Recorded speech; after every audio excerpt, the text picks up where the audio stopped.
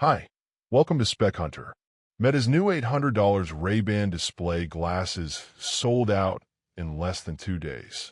Demo appointments are packed all the way through November, yet something strange is happening. Most people who booked a demo never even showed up, and those who did often walked out after just a few minutes. Now Meta is scrambling to figure out why their so-called revolutionary glasses are being returned by early buyers at an alarming rate. I managed to get my hands on internal test data, user reports, and hidden reviews that Meta doesn't want the public to see. What I found is shocking. There's a quiet wave of complaints spreading online, centered around three major design flaws that make these glasses uncomfortable and, in some cases, nearly impossible to use. And while Meta faces this growing problem, a smaller company quietly released a cheaper pair that works better in almost every way.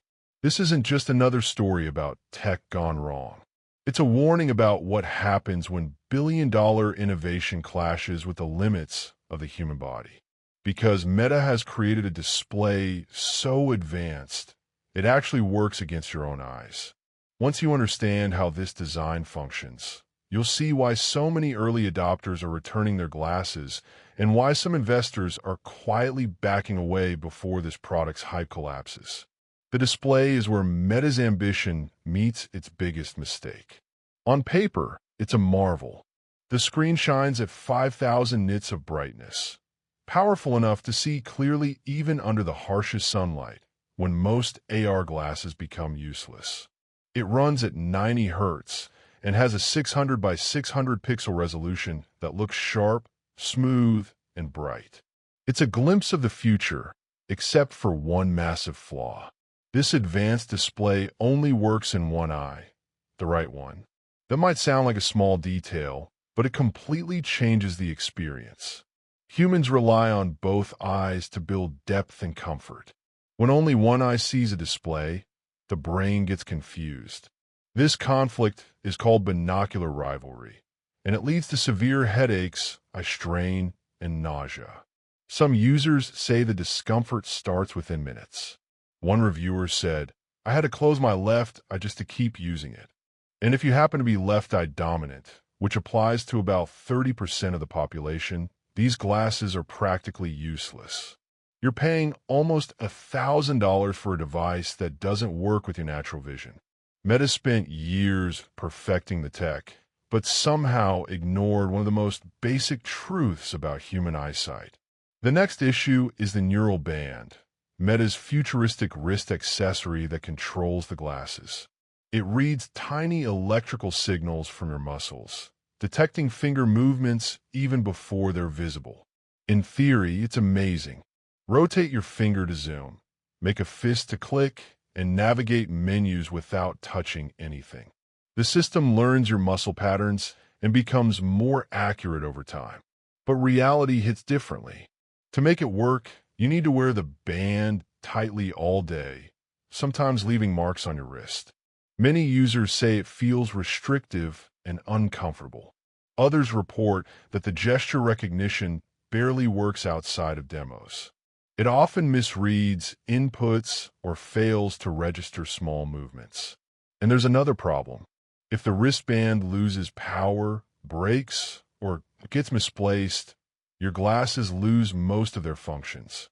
You now have three devices to charge: the glasses, the wristband, and the charging case. It makes you wonder why Meta didn't use something simple like a touchpad on the temple.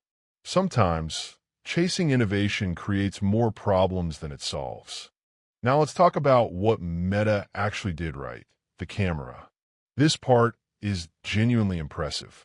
It uses a 12-megapixel sensor capable of shooting detailed 4K video with 3x zoom.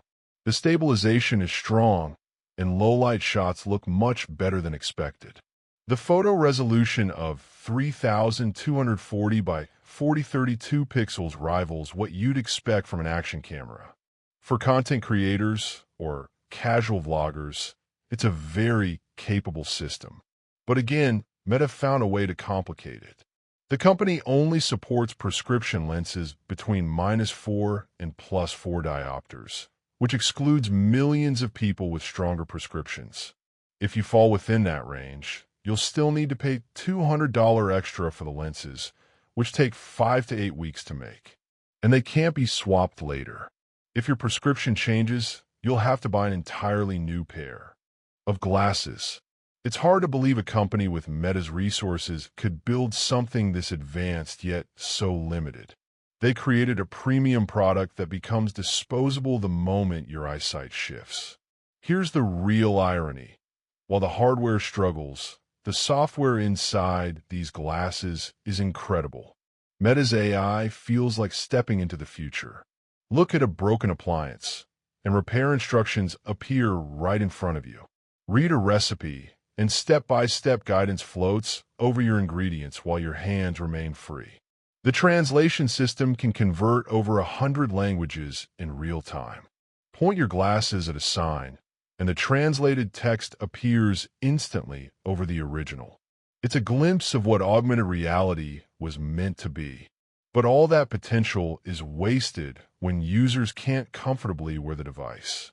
Meta built an AI masterpiece trapped inside hardware that's frustrating to use. To be fair, the build quality is top-notch. The frame is made from aerospace aluminum. The lenses are sapphire-coated, and the bezels are titanium. It feels strong and elegant. Storage is limited to 32 gigabytes, which can hold around 1,000 photos, and the charging case provides about 30 hours of battery life. On paper, it all sounds premium. But when you add the extra cost of lenses, the total jumps to nearly $1,000 for glasses that work in one eye and rely on a wristband that doesn't always cooperate. While Meta burns billions trying to perfect this complicated design, a smaller company called Rokid quietly built something better for half the price. The Rokid AR glasses cost just $479 and fix nearly every issue Meta struggled with.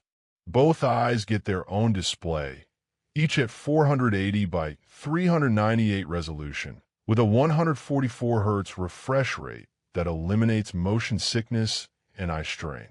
The field of view is 23 degrees, offering a balanced, comfortable view that doesn't overwhelm your brain. Rokid's approach is simple. No wristbands, no sensors strapped to your arm. Just easy touch controls built into the side of the frame. Tap to select, swipe to scroll. Simple, reliable, and natural. Their prescription system is even smarter. Instead of fixed lenses, Rokid uses magnetic inserts that snap into place instantly. They support any prescription strength, even progressive lenses. You can swap them whenever your vision changes or remove them completely when wearing contacts. No delays, no replacements, no waiting 8 weeks for new lenses. Rokid even went further with practicality. The glasses have a 12-megapixel camera that records video at a higher resolution than Meta's, and a 6-hour battery life matches it as well. But Rokid added magnetic arm charging, which means you can keep using the glasses while they charge. Users say they feel natural after just a few minutes, with no discomfort or dizziness. The only real limitation is that the display is monochrome, green instead of full color. But most users don't mind the trade-off. When you're not dealing with eye strain, headaches, or a tight wristband, the simple display feels refreshing and comfortable. When you break it down, the difference is huge. Meta charges $999 for glasses that fight against your body. Rokid asks $479 for glasses that work with it. You save over $500, avoid the health issues, and get higher video resolution and rail comfort. It makes you question how a trillion-dollar company like Meta could make such fundamental mistakes. Either they didn't test their product properly, or they knew about the discomfort and chose to release it anyway. Both options are equally troubling. This isn't just a product issue. It's a reflection of how big tech often prioritizes innovation over human comfort.